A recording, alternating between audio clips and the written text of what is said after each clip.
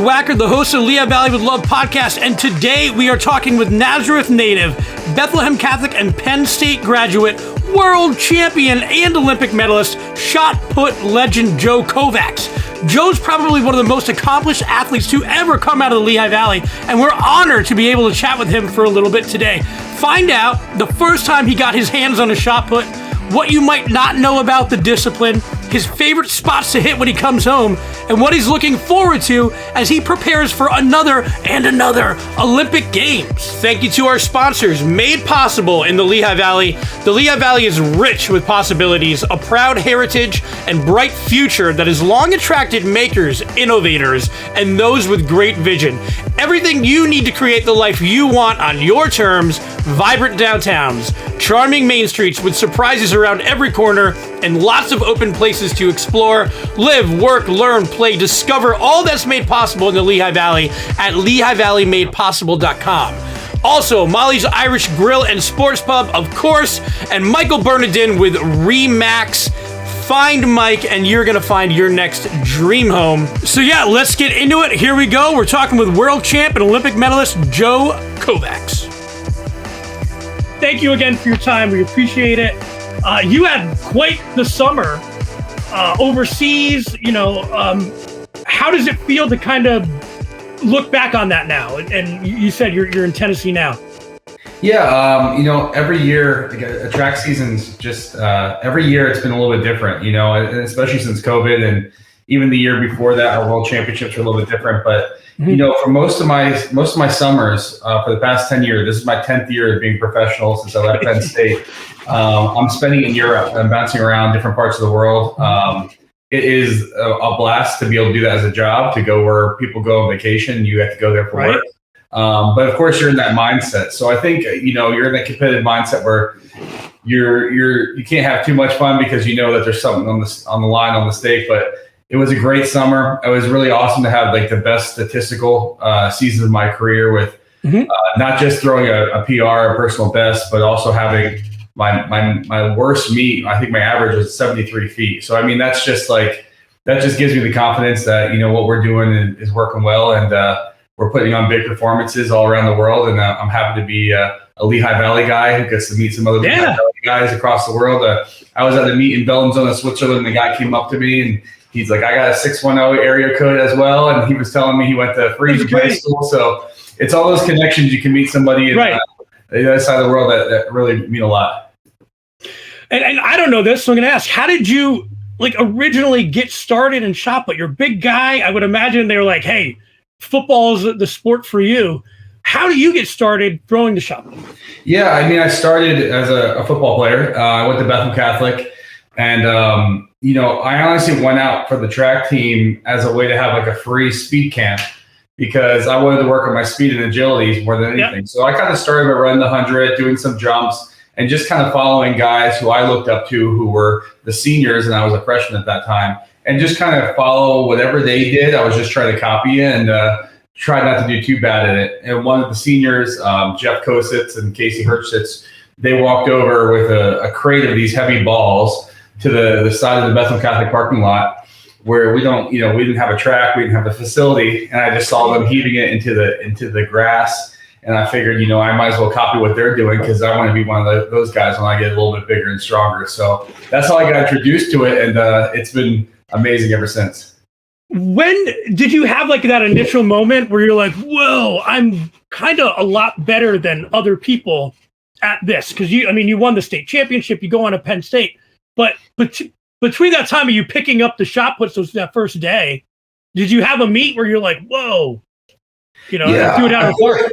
I feel like I actually really wasn't that good at it as much as I learned the spin technique. I've learned these little nuances. I kind of fell in love with if I do this, then I get that. And then my whole career has been these if-then statements of, if I can do this next time I throw, then this is going to go farther. If I can do this, then this will get better. And I kind of fell in love with the game of constantly, honestly, I think any sport you can dumb it down to being dumb, from football to, what I do is I pick up a heavy ball and throw it far. But once you get those little nuances of I'm trying to perfect something and get the extreme and get a maximum out of it, and you find out that all those little details add into feet and inches and distance, that's where you kind of get the addiction and the excitement to keep on going.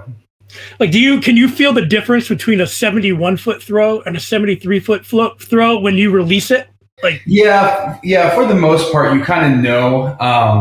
And that, I would say anybody who's golfed out there knows this feeling of like, okay, the best performances are actually the easiest, right? When things are kind of biomechanically, they're sequential, it's smooth. The worst thing you can do is try to add a little to it. And as a shot putter, that's the hardest thing, because I want to be intense without being tense. And it's a real hard balance, because we want to have all that excitement and all that anger and all the adrenaline.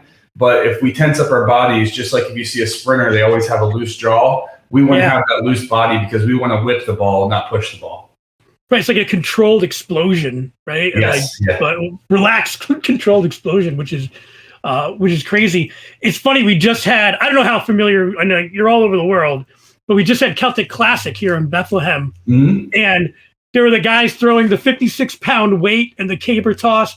Have you ever considered that maybe one year? Yeah, I actually got invited to go to the World Championships over in Scotland for them this past year. And I know a lot of the guys who do the one in Bethlehem, the Celtic Classic. So there's definitely a lot of crossover. Some of the best Highland Game athletes came to be, former shot putters, former discus throwers from college.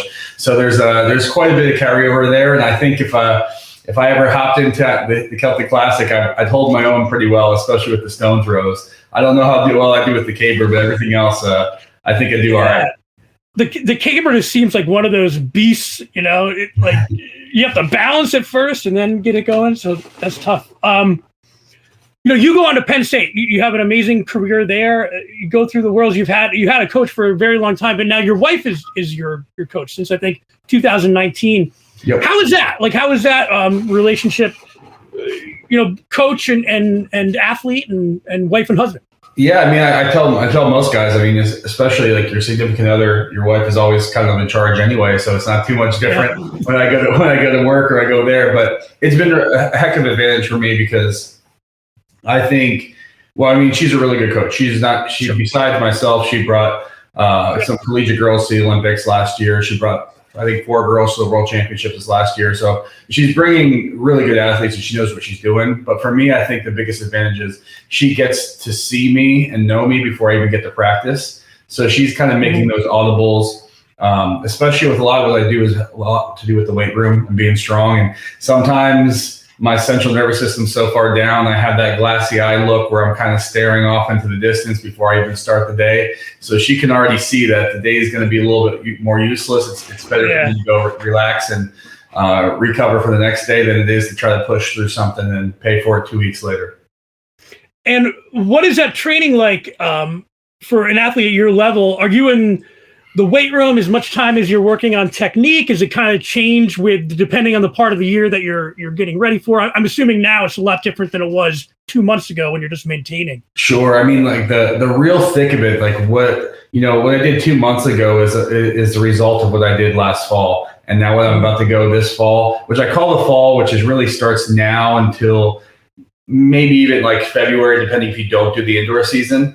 But that's where you're kind of training to build the engine. Like you want to be a Mack truck. You want to be powerful. That's the most important time of the year where you're trying to build the engine. And then after that point, you start doing the squat, the deadlift, the bench press, kind of more of a power lifter, but you've got to keep the mobility.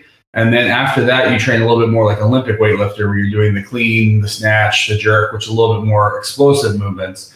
And then you kind of worry about the shot put. Everything's kind of staying in place all the time. You always are, I never want to get too bound up like a power lifter where I can't touch my toes. But I gotta be at least, in the top 10 in the world of overall strength at all times of the year.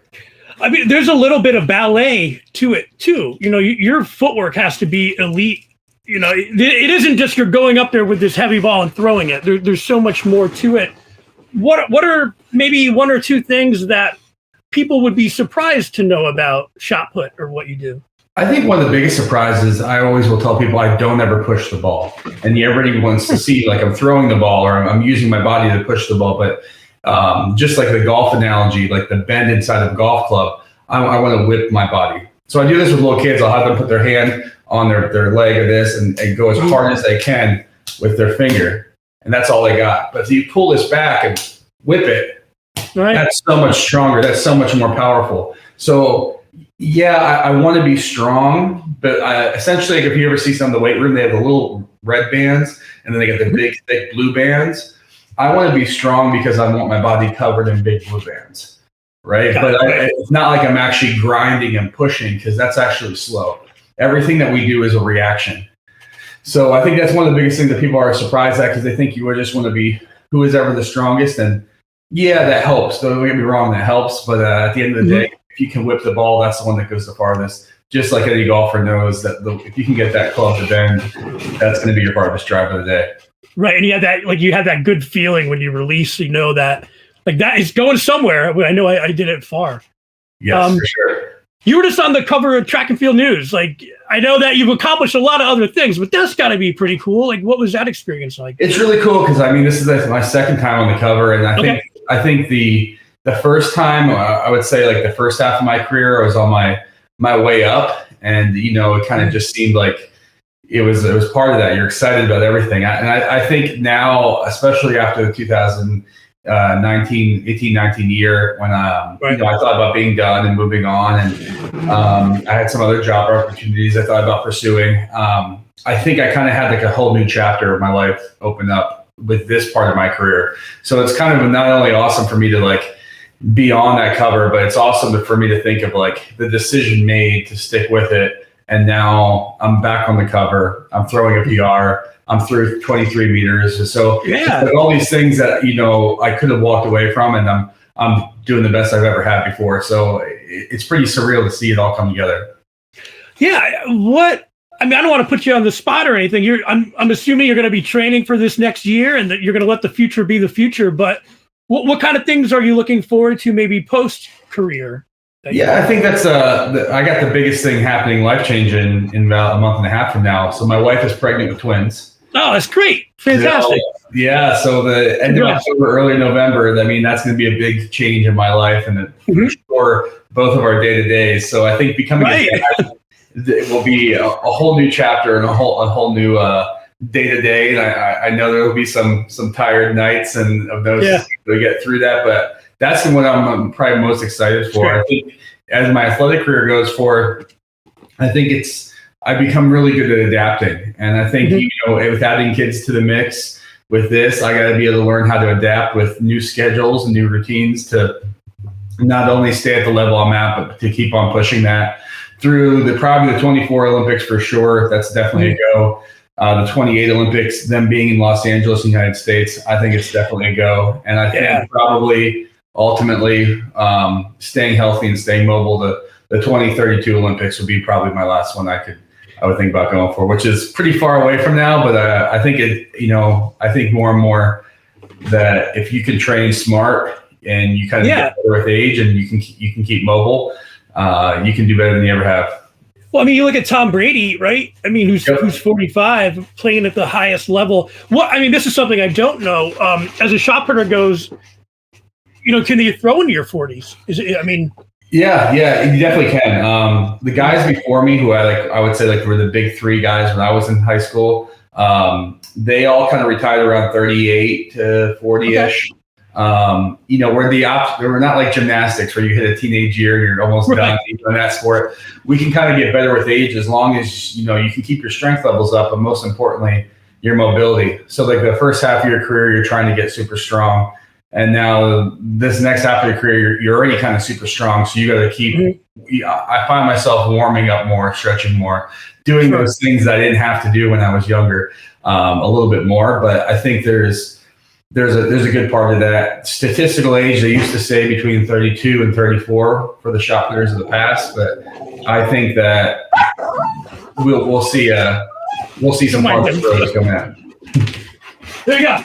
Speaking of working from home, my wife just got home, so that's why the dog's freaking out. Oh, nice. But it's great. A couple, you've won so many great things. World championships, Olympic medals. Is there one that stands out to you? That you really cherish? I think my favorite is definitely the Doha 2019 World Championships. And like everybody thinks because I won that one, but it's mostly because that earlier that season is when I thought about, kind of being done. And it wasn't like a sad, like I'm sad to move on. It was kind of an excitement to, finally have a different career path than what I was doing. And I really thought about being done. I had some rough indoor season, and that's when my wife kind of really took over, and she said, "You're just going to listen to me because I'm tired of watching you not do well, and I know what you need to do." And from that indoor season, she cleaned me up. I did pretty well, got back over 70 feet. By the outdoor season, I didn't have any crazy far marks, but I started to see my warm-ups and my fouls starting to go far, even though the meets weren't going well. And as a shot putter, I'm essentially like a human cannon. So like you're kind of useless if you don't fire. Like I have to stay in the ring for it to be a legal throw. But if I don't see the ball going far at all, that's where it kind of starts sitting like maybe this is the end for me. So to be on that roller coaster of that low in the beginning of that season, to end up with the statistically best track and field competition of all time, I won with a huge PR by 1 centimeter between first and third place. Crazy. It's one of those like. I think people are going to write, I think Malcolm Gladwell is actually going to write a book about the statistical anomaly of what happened that day, because it was so, it's never happened before in a sport like track and field that's all statistics. And it's just amazing, like the level of athlete, you get to you guys, the top of the top, and you're beating each other out sometimes by that. And it's wild to see. I love it. I don't want to keep it forever, but a couple more questions. Favorite venue besides Doha, unless it is Doha, the favorite venue you've ever thrown at that you just really like, throwing there?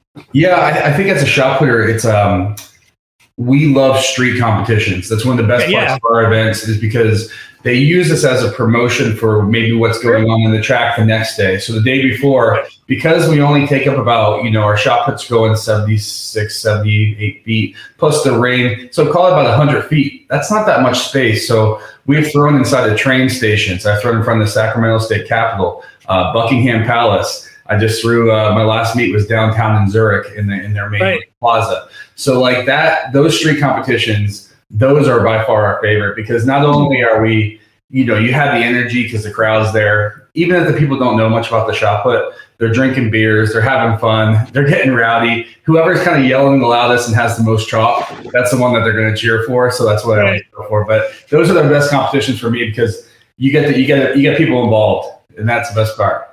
Right, because when you're in a big stadium, it's got to be deafening. But to have those people kind of next to you and having fun with it, like the Lehigh Valley, we're a big fest area. Mm-hmm. That would be a fun event if it could ever be pulled off. That would be amazing. I'd love to bring it back. I think that's one of my plans as I get to this like second half of my career, is to start giving back to the sport that kind of helped you here and hosting some competitions. I'm going to try to do one at like the Arnold Sports Classic in Columbus, and kind of those strength festivals. But then also I think some things in like Bethlehem Arts Fest or even Music Fest. There could be that could be a real fun time just to get a couple people to come in. We don't take up that much space. Put the beer tent around us, and everybody will have a pretty good time. And you're watching like world caliber. That's why it's so fun, and because we appreciate you. You're hometown guy, so it'd be that'd be so neat. I'm gonna do whatever I can to see if we can make that happen for Music Fest. That'd be awesome.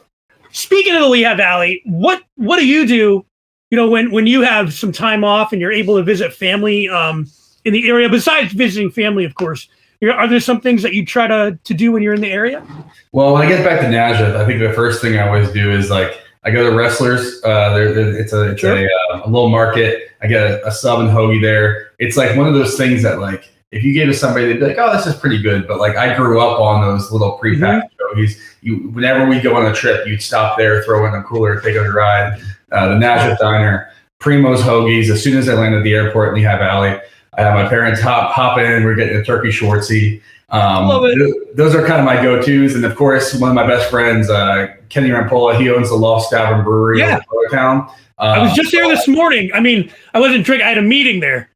But yeah, I was just there this morning. Lost Taverns is great in Hellertown, and they're on Main Street too. Yep, we got both locations. So I always got to stop there, and it's been amazing to see how they started, and now I see all the cans of the different ones they've had, and how they're just taking off. And I think it's really cool because they have the food trucks there, so it's always you're getting good beer every time, but you're also getting different food all the time too.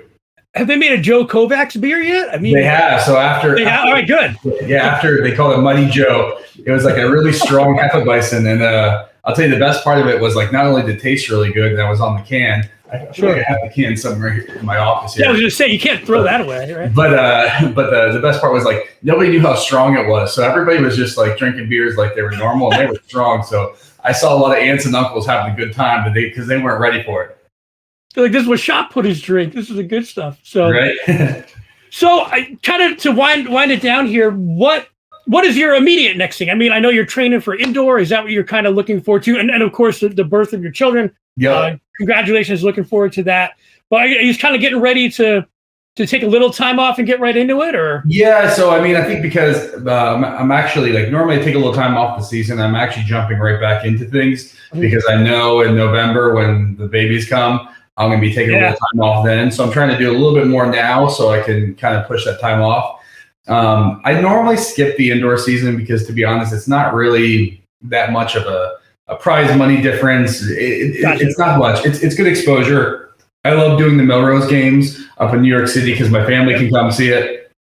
But really, next season we have a World Championships in Budapest, Hungary. My last name Kovacs. My grandfather's Hungarian. I have a lot of family over there, so I want to not only make that team, but be able to go back there and have the family go crazy and win a gold medal there. And of course, preparation for Paris in 2024.